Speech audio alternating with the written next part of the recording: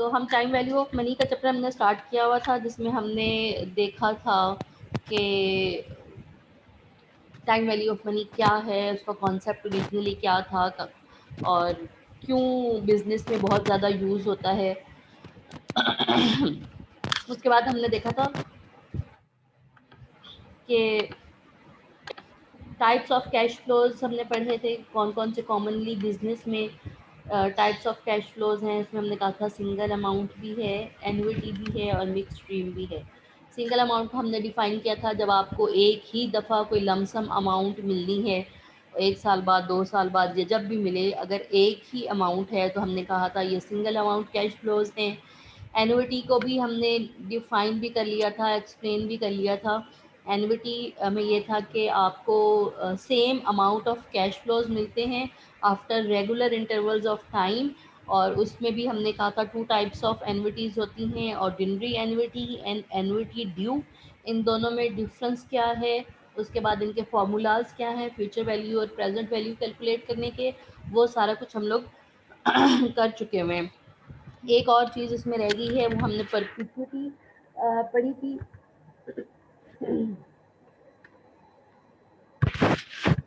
और उसके फार्मूलाज वगैरह भी हमने पढ़ लिए थे। अब जो हमारा लास्ट टॉपिक है वो है about mix stream of cash flows. Mix stream of cash flows भी हमने क्लास में एक दफ़ा डिफाइन कर लिए थे। Mix stream of cash flows ये होते हैं कि जब आपको जो है अनइक्वल पेमेंट्स या कैश फ्लोज रिसीव होते हैं एवरी ईयर या एवरी सेकेंड ईयर, जब जब भी आपको हर साल या हर 2 साल बाद या 3 साल बाद कुछ रेगुलर इंटरवल्स पे अनइक्वल कैश फ्लोज रिसीव होते हैं, तो हम कहते हैं ये mix stream of cash flows हैं। इनको हम लोग पहले एक्सप्लेन कर चुके हैं और उसके एग्जांपल्स भी देख चुके हैं, लेकिन यहाँ पे एक एग्जांपल हमारे पास है। ये एक एग्जांपल है श्रिल इंडस्ट्रीज, जो कि कैबिनेट मैन्युफैक्चरर है। He expects to receive the following mix stream of cash flows over the next 5 years from one of its small customers.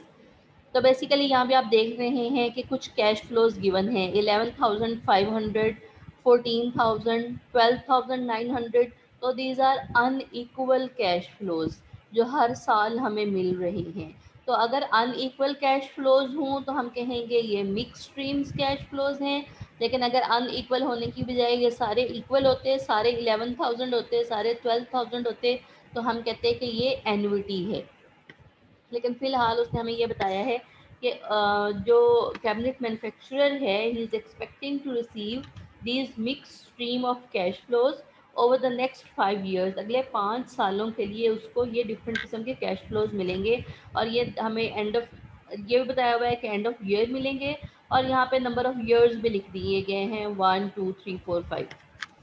जो नेक्स्ट हमारा टास्क होता है वो ये होता है कि हम जब आइडेंटिफाई कर लेते हैं कि जो कैश फ्लोज हमारे पास गिवन है वो सिंगल अमाउंट कैश फ्लोज हैं, या वो एन्युटी है, या वो मिक्स स्ट्रीम कैश फ्लोज हैं, जब ये तीनों चीज़ें हम आइडेंटिफाई कर लेते हैं तो उसके बाद नेक्स्ट टास्क जो होता है वो होता है उनकी फ्यूचर वैल्यू, ये आइडेंटिफाई करने का कि हमने फ्यूचर वैल्यू कैलकुलेट करनी है या प्रेजेंट वैल्यू कैलकुलेट करनी है।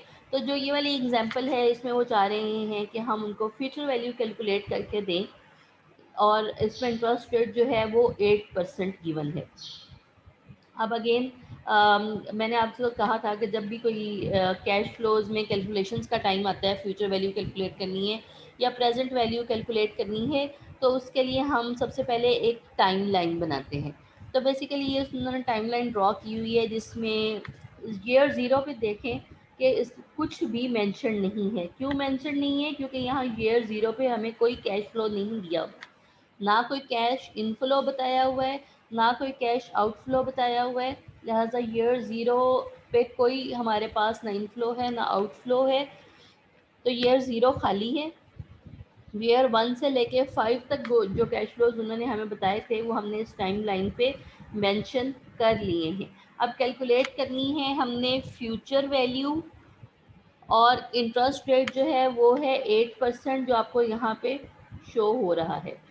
तो अब आप लोगों को फॉर्मूला पता है, सारे लोगों को पता है ना फॉर्मूला क्या होता है फ्यूचर वैल्यू कैलकुलेट करने का? कौन बताएगा फ्यूचर वैल्यू कैलकुलेट करने का फॉर्मूला?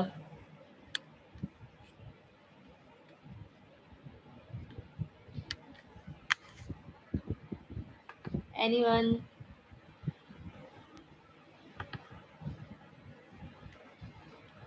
क्या मेरी आवाज आ रही है?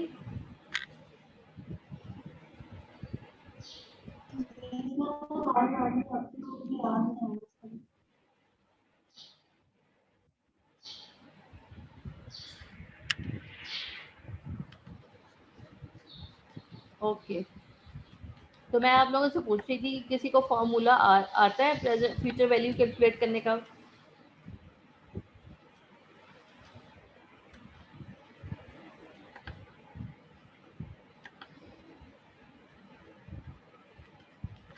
फ्यूचर वैल्यू कैलकुलेट करने का फॉर्मूला हमें पता है कि future value is equal to present value 1 plus r and raise to power n।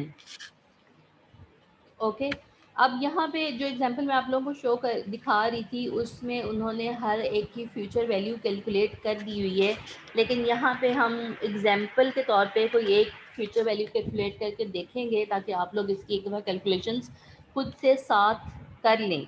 अगर मैं आप लोगों को दोबारा स्लाइड्स पे लेके जाऊँ तो यहाँ पे आप लोग देख रहे हैं कि ईयर 1 की जो फ्यूचर वैल्यू है वो कैलकुलेट हुई है at the end of 5th year. ऐसे ही ना 5 ईयर के एंड पे हमने सारे सालों की फ्यूचर वैल्यू कैलकुलेट की है कि 5 साल बाद जो ये 11,500 हमें मिला था उसकी क्या वैल्यू होगी। इसमें एक इम्पॉर्टेंट ट्रिक या एक इम्पॉर्टेंट जो गलती सारे लोग करते हैं वो नंबर ऑफ ईयर्स की करते हैं कि रेज टू पावर n में n is equal to what.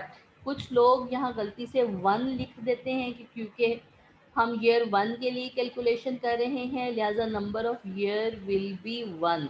हालांकि ये 1 नहीं होगा, 1 2 3 4 5, n will be 5 for this 11,500। अगर नहीं समझ आ रही तो फिलहाल इस 1 को छोड़ दें। सबसे पहले ये देखें कि अगर ये 5th ईयर के एंड पे हमें 18,000 मिल रहा है और इसकी हमने फ्यूचर वैल्यू कैलकुलेट करनी है तो वो क्या होगी। आप लोग देखेंगे कि इस 18,000 को एज इट इज़ उन्होंने 18,000 लिख दिया है। क्यों लिख दिया है? क्योंकि ये ऑलरेडी हमें 5th ईयर के एंड पे मिल रहा है और हम जो कैलकुलेशंस कर रहे हैं वो भी 5th ईयर के एंड पे ही कर रहे हैं, लिहाजा इसकी कोई कंपाउंडिंग नहीं होगी। इस 18,000 पे हमें कोई इंटरेस्ट रेट नहीं मिलेगा, कुछ भी नहीं मिलेगा। लिहाजा हम यहाँ पे जो कोई फार्मूला नहीं लगाएंगे, सिर्फ 5th ईयर के एंड पे जो 18,000 हमें मिला है वो ही हमारी इसकी फ्यूचर वैल्यू होगी। फिर सेकंड नंबर पे, दूसरे नंबर पे हम ईयर 4 के एंड पे जो 16,000 हमें मिला है इसकी फ्यूचर वैल्यू कैलकुलेट करेंगे।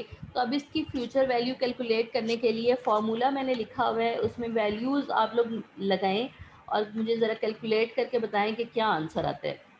प्रेजेंट वैल्यू हमारे पास पता है ये 16,000 है, इंटरेस्ट रेट 8% मैंने आपको बता दिया है। तो मैं इसको फॉर्मूला में लगा के कैलकुलेट करने की कोशिश करती हूँ। ये हमारे पास फॉर्मूला है, इसमें प्रेजेंट वैल्यू है 16,000, 1 प्लस इंटरेस्ट रेट जो है वो 8% था तो 0.08। एन क्या होगा? N will be 1। क्यों 1 होगा? 1 इसलिए होगा क्योंकि हम 4th ईयर के एंड पे ये कैश फ्लो हमें मिल रहा है और कैलकुलेशन हम कर रहे हैं 5th ईयर के एंड पे। तो इसका मतलब है सिर्फ एक साल के लिए इस 16,000 पे हमें इंटरेस्ट मिल सकेगा अगर हम इसको फ़ौरन कहीं इन्वेस्ट करते हैं, या जो भी हम कहते हैं कि आपको कैश मिल जाए तो आप उसको कहीं इन्वेस्ट कर सकते हैं। तो इसका आंसर ज़रा कैलकुलेट करें। 16,000 मल्टीप्लाइड बाय 1.08,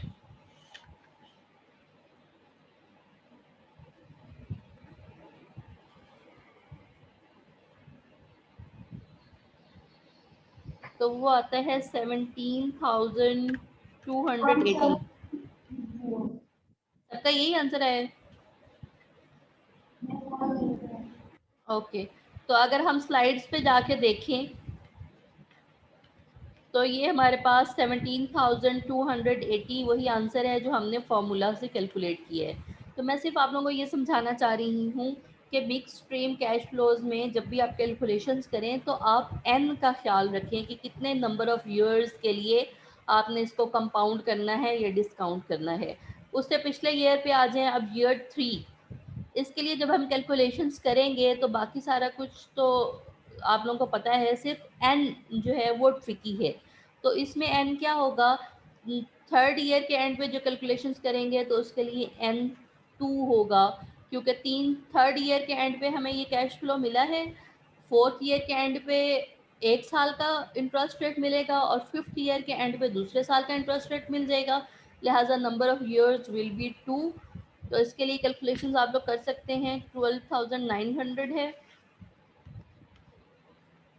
प्रेजेंट वैल्यू जो है वो है 12,900।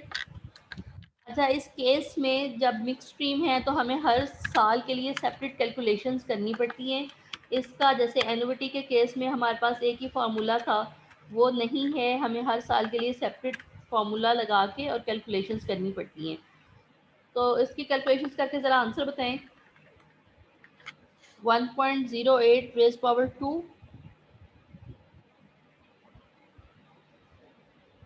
इंटू 12,900।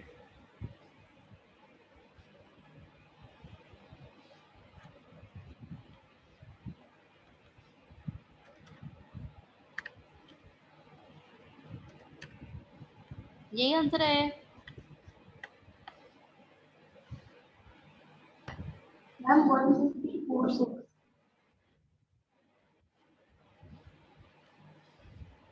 हाँ, 15046, ठीक है। 46। तो अब आई होप ये आप लोगों को बात समझ आ गई होगी जो मैं समझाने की कोशिश कर रही हूँ कि आपने ख्याल ये रखना है कि आप फ्यूचर वैल्यू कैलकुलेट कर रहे हैं तो उसमें नंबर ऑफ़ ईयर्स किस एंड जो है वो किस तरीके से चेंज होगा। आपने इसको ये जो टाइमलाइन बनाने का पर्पज़ है वो इसी कन्फ्यूजन को दूर करने के लिए है कि जब ये टाइमलाइन आपके सामने बनी हुई होगी और आपको पता होगा कि आपने इस फिफ्थ ईयर के एंड पे फ्यूचर वैल्यू कैलकुलेट करनी है, तो आपको नंबर ऑफ़ ईयर्स कैलकुलेट करने आसान हो जाएंगे। फिफ्थ ईयर के लिए हमें कोई इंटरेस्ट नहीं मिलेगा, लिहाजा n will be zero. N zero होगा तो वही वाली वैल्यू 18,000 जो हमारी कैश फ्लो था वही उसकी फ्यूचर वैल्यू भी वही होगी। फोर्थ ईयर के एंड पे जो कैश फ्लो हमें रिसीव हो रहा है उस पर 1 साल का इंटरेस्ट रेट लगेगा। थर्ड ईयर के एंड पे जो कैश फ्लो रिसीव हो रहा है उसके लिए 2 ईयर्स का इंटरेस्ट लगेगा। सेकेंड ईयर के एंड पे जो हमें कैश फ्लो रिसीव होगा उस पर 3 ईयर्स का इंटरेस्ट रेट लगेगा। और फर्स्ट ईयर के एंड पे जो कैश फ्लो हमें मिला था वो 4 ईयर्स के लिए उस पर इंटरेस्ट लगेगा, मतलब कि उसमें नंबर ऑफ़ ईयर्स जो हैं एन वो 4 होंगे। तो इसमें आपने गलती नहीं करनी कि आप यहाँ से स्टार्ट करें 1 से और डायरेक्टली एन जो है वो 5 लिख दें, तो आपका क्वेश्चन गलत हो जाएगा।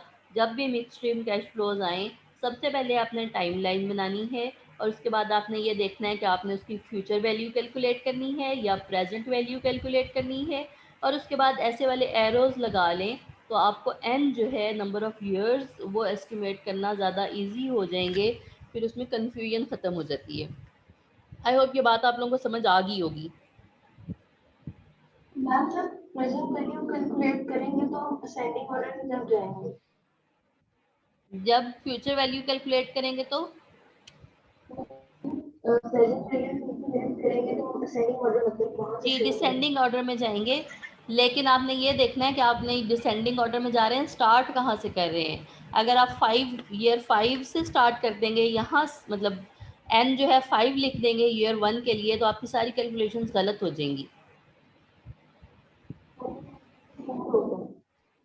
ओके, नेक्स्ट है उसके बाद जब फ्यूचर वैल्यू कैलकुलेट हो जाए तो उसके बाद आती है प्रेजेंट वैल्यू। यहाँ प्रेजेंट वैल्यू की एक एग्जांपल मैंने लिखी हुई है कि एक कंपनी है जो शू मैन्युफैक्चरर है, has been offered an opportunity to receive the following mix stream of cash flows over the next 5 years. ये नेक्स्ट 5 ईयर्स हैं, ये उसके कैश फ्लोज हैं। If the firm must earn at least 9% on its investment, but it must be, it should pay for this opportunity। Okay अगर अब इसमें हमने कहाँ लिखा हुआ है कि हमने प्रेजेंट वैल्यू कैलकुलेट करनी है? आपको पता है मैंने कहा था कि सबसे पहले आपने आइडेंटिफाई करना है कि मिक्स स्ट्रीम है या एनुइटी है या सिंगल अमाउंट है। तो वो तो हम आइडेंटिफाई कर लेंगे कि अनइक्वल पेमेंट्स हैं, ठीक है, तो ये मिक्स स्ट्रीम कैश फ्लोज है। नेक्स्ट ये है कि अगर आपके पास कोई क्वेश्चन आता है तो आपने ये फाइंड आउट करना है कि ये हमसे क्या डिमांड कर रहा है कि हम प्रेजेंट वैल्यू कैलकुलेट करें या फ्यूचर वैल्यू कैलकुलेट करें। तो वो कहाँ से पता लगेगा? वो यहाँ इस सेंटेंस से पता लगेगा, what is the most it should pay for this opportunity, कि अगर उसने ये अपॉर्चुनिटी अवेल करनी है तो आज वो कितना इन्वेस्ट करे या कितना पे करे तो उसको और उस पर 9% इन्वेस्टमेंट उस इंटरेस्ट रेट मिले और ये वाले कैश फ्लोज मिलें, तो उसको इस अपॉर्चुनिटी में इन्वेस्ट करना चाहिए या नहीं करना चाहिए। जहाँ पे ये बात आ जाए कि वो आज कितना पे करे, तो इसका मतलब है वो चाह रहे हैं कि हम प्रेजेंट वैल्यू कैलकुलेट करें। तो इसकी भी सबसे पहले आप टाइमलाइन बनाएंगे। ये टाइमलाइन इसकी बनी हुई है और यहाँ भी आप लोग देखें ईयर ज़ीरो कहीं मेंशन नहीं है, लिहाजा ईयर ज़ीरो हमने एम्प्टी रखा है और ईयर 1 2 3 4 इन सब पे हमने कैश फ्लोज लिख दिए हैं। अब दूसरी इम्पॉर्टेंट बात जो है वो ये है कि जब आपने इनकी अब प्रेजेंट वैल्यूज़ कैलकुलेट करनी है, फार्मूला तो हमें पता है, फार्मूला का इशू नहीं है कि प्रेजेंट वैल्यू और फ्यूचर वैल्यू कैलकुलेट करने का फार्मूला क्या है, फार्मूला आपके समझ में आ जाएगा। सिर्फ मसला ये होगा कि इसमें प्रेजेंट वैल्यू कैलकुलेट करनी है या फ्यूचर करनी है, और दूसरा बड़ा इशू होगा एन नंबर ऑफ ईयर्स का। तो यहाँ पे आके देखते हैं, अब ईयर 1 के एंड पे हमें $400 मिलने हैं और हमने डिसाइड ये करना है कि ये कैश फ्लोज हैं, इनके लिए हम आज इन्वेस्ट करें या ना करें। आज today is the year zero, today हमेशा ईयर ज़ीरो को कहते हैं। तो आज इन 400 की क्या वैल्यू होगी जो हमें एक साल बाद मिलना है, तो इसके लिए इस 400 की हमें प्रेजेंट वैल्यू कैलकुलेट करनी पड़ेगी। और इस 400 की प्रेजेंट वैल्यू कैलकुलेट करके ये आंसर आया हुआ है। इसमें ईयर नंबर ऑफ ईयर जो है वो एन, वो 1 है। वो 1 क्यों है? वो 1 इसलिए है क्योंकि ये जो $400 हमें मिलने हैं वो 1 ईयर बाद मिलने हैं और हमने उसकी वैल्यू आज पे कैलकुलेट करनी है। इस वजह से हमें इसको एक साल के लिए डिस्काउंट करना पड़ेगा। डिस्काउंटिंग और कंपाउंडिंग वाला जो लॉजिक है वो आप लोगों को मैं पहले समझा चुकी हुई हूँ कि जब प्रेजेंट वैल्यू कैलकुलेट कर रहे होते हैं तो हम डिस्काउंटिंग करते हैं और जब फ्यूचर वैल्यू कैलकुलेट कर रहे होते हैं तो हम कंपाउंडिंग करते हैं। तो यहाँ पे अब बस सिर्फ बात रह जाती है फिर फॉर्मूला लगाने की। तो प्रेजेंट वैल्यू का फॉर्मूला क्या है? प्रेजेंट वैल्यू का फॉर्मूला हम यहीं से ड्राइव कर सकते हैं। कर सकते प्रेजेंट हैं value one is plus equal to future value divided by 1 plus r और इसकी रेस्ट पावर है n। तो फ्यूचर वैल्यू, अब फ्यूचर वैल्यू चूँकि हमें एक साल बाद $400 मिलने हैं, लिहाजा वो हमारे लिए फ्यूचर वैल्यू है। 1.08 means one, that means 1 plus r, और n जो है वो 1 है। 1 इसलिए है क्योंकि एक साल बाद हमें ये 400 मिल जाना है। तो इसका आंसर ज़रा कैलकुलेट करें, सॉरी डिवाइड, जी आंसर ज़रा कैलकुलेट करें क्या आता है।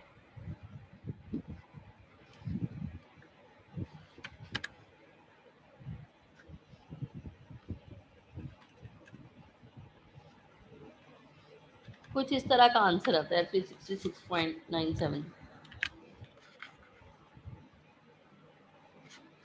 137.37। चलें 366 आ जाए तो दैट मीन्स आंसर करीब करीब ठीक है। तो अब आप लोग यहाँ पे देख रहे हैं कि जब फ्यूचर वैल्यू कैलकुलेट की थी तो हम इन सारी कैश फ्लोज को 5th ईयर के एंड पे लेके गए थे। एरोज की डायरेक्शन जो है वो इस साइड पे फॉरवर्ड वाली साइड पे थी। अब हम प्रेजेंट वैल्यू कैलकुलेट कर रहे हैं, तो हम इन सारे कैश फ्लोज को ईयर ज़ीरो पे लेके आ रहे हैं। और अगर मैं असेंडिंग और डिसेंडिंग की सेंस में बात करूं, तो इस केस में जो नंबर ऑफ़ ईयर्स हैं वो असेंडिंग ऑर्डर में होंगे। जैसे हम लोगों ने फ्यूचर वैल्यू में कहा था कि उसमें नंबर ऑफ़ ईयर्स जो हैं वो डिसेंडिंग ऑर्डर में थे, इसमें नंबर ऑफ़ ईयर्स जो हैं वो असेंडिंग ऑर्डर में होंगे। और उसके बाद फार्मूला लगा के ये प्रेजेंट वैल्यू और फ्यूचर वैल्यू कैलकुलेट करनी आप लोगों को आती है। और ये एंड पे जो आंसर है 19,004, दैट मीन्स अगर हम ये अपॉर्चुनिटी जो एग्जांपल में दी हुई है ये वाली, तो इसको अवेल करना चाहते हैं, तो हमें आज 1904 डॉलर्स जो हैं वो पे करने पड़ेंगे। तो उसके बाद हमें ये कैश फ्लोज मिलेंगे अगले 5 ईयर्स के लिए। आई होप ये क्लियर हो गया होगा। तो अब इसी को ये समझने के लिए, ये देखने के लिए कि हमें क्लियर हुआ है या नहीं हुआ, यहाँ मैंने एक छोटी सी एग्जांपल डाली हुई है, इसको पढ़ें, इसको समझें और फिर मुझे बताएं कि ये प्रेजेंट वैल्यू की इसमें प्रेजेंट वैल्यू कैलकुलेट करनी है, फ्यूचर वैल्यू कैलकुलेट करनी है या क्या करना है। ये सबको आई होप स्लाइड्स शो हो रही होंगी। Yes ma'am. मैम आपको आवाज आ रही है मेरी? जी फातिमा आ रही है।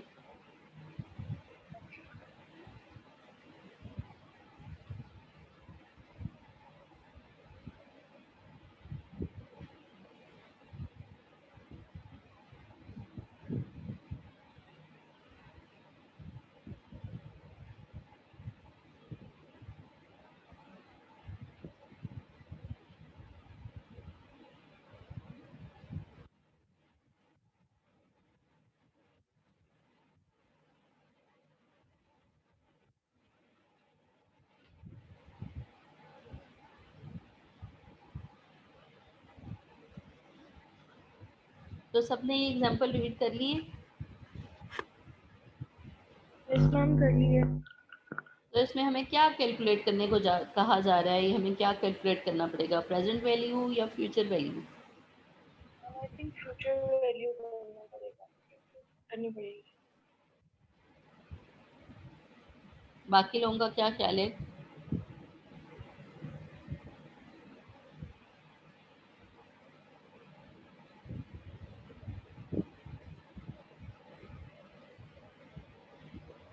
Anyone else?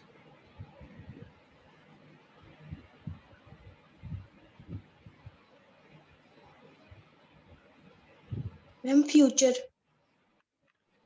सारे एग्री हैं कि फ्यूचर वैल्यू कैलकुलेट करनी पड़ेगी? यस मैम, फ्यूचर ही है। ओके, चलिए इसको रीड करते हैं। Your firm has the option of making an investment in new software that will cost 130,000 today. That means 130,000 जो है आपने आज पे करने हैं, and is estimated to provide the savings shown in the following table over its 5 years life। और फिर अगले 5 सालों में आपको ये सारे कैश फ्लोज जो हैं, जो कि मिक्स स्ट्रीम कैश फ्लोज हैं, ये मिलेंगे। Should the firm make this investment? अब आप मुझे बताएं कि जब मैं आपसे ऐसी कोई क्वेश्चन करूं कि अगर आज आप मुझे 1 लाख रुपया देंगे तो अगले 5 साल के लिए मैं आपको हर महीने 30-30 हज़ार रुपया दूंगी, तो आप ये इन्वेस्टमेंट करेंगे या नहीं करेंगे? तो आपके जहन में क्या आएगा कि आपने इसकी प्रेजेंट वैल्यू निकालनी है इन सारी कैश फ्लोज की, या फ्यूचर निकालनी है? फ्यूचर फ्यूचर निकालनी है। फ्यूचर निकालनी है। अभी तक कोई चेंज नहीं आया किसी के डिसीजन में। देखें, दो तरीके होंगे ना, या तो आप इस 130,000 जो आपने आज पे किया है इसकी भी फ्यूचर वैल्यू निकालें, और फिर इनकी भी फ्यूचर वैल्यू निकालें, और उसके बाद इनका कंपैरिजन करें कि हमने इसके लिए पे कितना किया है और हमें रिसीव कितना हुआ है। तो फिर तो सेंस बनती है कि हाँ फ्यूचर वैल्यू निकाल लें। लेकिन दूसरी ऑप्शन मैम ये जो है, 130,000 की जो वैल्यू कैलकुलेट करनी है वो मतलब इसको प्रेजेंट रख के फ्यूचर निकालेंगे। आप लोग मेरा क्वेश्चन नहीं समझे। देखिए कंपैरिजन जब करना होता है कि हम ये डिसीजन लें या ना लें, तो कंपैरिजन करने के लिए आप कॉस्ट और बेनिफिट का कंपैरिजन होता है ना, कि इस चीज़ के लिए मैंने इतना इन्वेस्ट किया था, इसके बदले मुझे रिटर्न इतना मिल रहा है।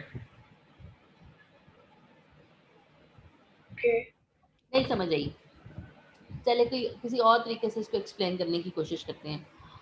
फॉर एग्जाम्पल, मैं कहीं इन्वेस्ट करना चाहती हूँ और मुझे पता है कि इसके लिए मुझे आज 130,000 देने पड़ेंगे और फिर अगले 5 साल के लिए मुझे इतने कैश फ्लोज मिलेंगे। तो जब स्टार्ट में हमने टाइम वैल्यू ऑफ मनी की बात की थी, जहां हमने बात की थी कि मैनेजर्स जो हैं वो टाइम वैल्यू ऑफ मनी को बहुत ज़्यादा यूज़ करते हैं, तो वहाँ हमने बात की थी कि जब भी कोई ऐसा डिसीजन आता है कि हमने कोई इन्वेस्टमेंट करनी है या नहीं करनी, तो उसका डिसीजन हम तब तक नहीं ले सकते जब तक हमें ये पता नहीं लगता कि ईयर ज़ीरो पे हमारी इन्वेस्टमेंट कितनी है और उसके बदले हमें रिटर्न कितना मिलेगा। या 5 फ्यूचर वैल्यू की बात करें तो 5 साल के एंड पे, मतलब जब हम कंपैरिजन करते हैं तो टाइम पीरियड सेम होना चाहिए। ईयर ज़ीरो पे या तो कंपैरिजन करेंगे कि ईयर ज़ीरो पे हमारी कॉस्ट कितनी थी और ईयर ज़ीरो पे जो भी हमें कैश फ्लोज मिल रहे हैं उन सब की प्रेजेंट वैल्यू क्या है, तो ही हम डिसीजन ले सकते हैं कि हमने इसमें इन्वेस्ट करना है या नहीं करना। या अगर प्रेजेंट वैल्यू नहीं निकालते, फ्यूचर 5 सालों के बाद हमने डिसीजन लेना है, तो फिर हमें इन सारे कैश फ्लोज की फ्यूचर वैल्यू निकालनी पड़ेगी और जो हमने आज इन्वेस्ट किया है इसकी भी फ्यूचर वैल्यू निकालनी पड़ेगी। फिर ही हम डिसाइड कर सकते हैं कि हमने इसमें इन्वेस्ट करना है या नहीं करना। इस बात को मैं आपको कैसे एक्सप्लेन करूँ? Let me think.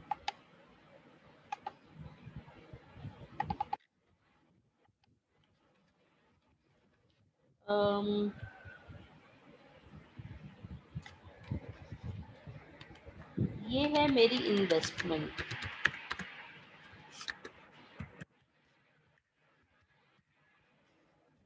और ये है ईयर ज़ीरो।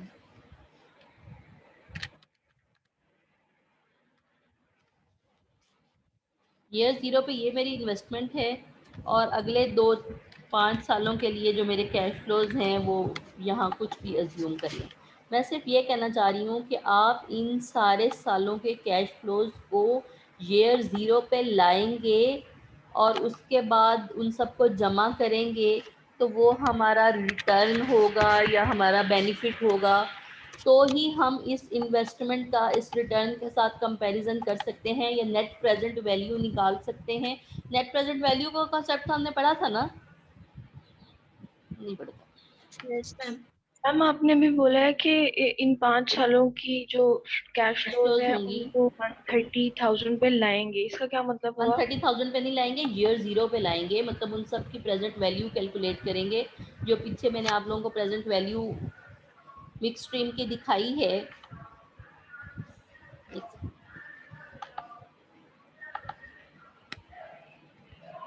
यहाँ जब हमने प्रेजेंट वैल्यू कैलकुलेट की है तो हम ये सारे सालों की कैश फ्लोज को ईयर ज़ीरो पे ला रहे हैं। इनकी प्रेजेंट वैल्यू कैलकुलेट करने का मकसद ही यही होता है कि हम इन सारे कैश फ्लोज की प्रेजेंट वैल्यू कैलकुलेट कर रहे हैं, मीन्स उसको ईयर ज़ीरो पे ला रहे हैं। तो दूसरा सेंटेंस भी मैंने यही बोला है जो इस एग्जांपल में है कि सारे सालों की जो कैश फ्लोज हैं, सारे सालों की जो कैश फ्लोज हैं उनको हम ईयर ज़ीरो पे लेके आएंगे। एक सेकंड, ये बात फंसी गई है। इन 5 सालों में जो हमें कैश फ्लोज मिलेंगे, इन सब की प्रेजेंट वैल्यू कैलकुलेट करने का मतलब है कि इन सब की प्रेजेंट वैल्यू को ईयर ज़ीरो पे लेके आएंगे या आज उस सब की क्या वैल्यू है वो कैलकुलेट करेंगे। जब वो आ जाएगी हमारे पास, यहाँ कोई आंसर आएगा, सपोज 140,000 आता है, तो उसके बाद ही हम कंपैरिजन कर सकते हैं कि हमने ये इन्वेस्टमेंट करनी है या नहीं करनी। अब ये 140,000 कैसे आया है, ये मैंने फ़िलहाल ऐसे ही रैंडम एक आंसर डाला है। उसके लिए मैंने इसकी भी ईयर वन के एंड पे जो हमें कैश फ्लोज मिले उसकी प्रेजेंट वैल्यू कैलकुलेट की, 2 जो मिले उसकी प्रेजेंट वैल्यू कैलकुलेट की, 3, 4, 5 हर साल की प्रेजेंट वैल्यू कैलकुलेट की, उसको ऐड किया, तो उसके बाद सपोज ये आंसर आया है। तो अगर हमारा रिटर्न ज़्यादा होगा, 140,000 होगा, तो हम इसमें इन्वेस्ट कर लेंगे और अगर रिटर्न कम होगा, सपोज इसका आंसर 120,000 आ जाता है, तो हम इसमें इन्वेस्ट नहीं करेंगे कि हमने इस पे पैसे तो ज़्यादा लगाए हैं लेकिन रिटर्न हमें कम मिल रहा है, लिहाजा हम इस प्रोजेक्ट में इन्वेस्ट नहीं करेंगे। मेरा ख्याल है इस न्यूमेरिकल मुझे को हम समझ एक आ दफ़ा गया मैम। इस न्यूमेरिकल को हम एक दफ़ा सॉल्व करके देख लेते हैं और जो भी कंफ्यूजन होगी वो क्लियर हो जाएगी।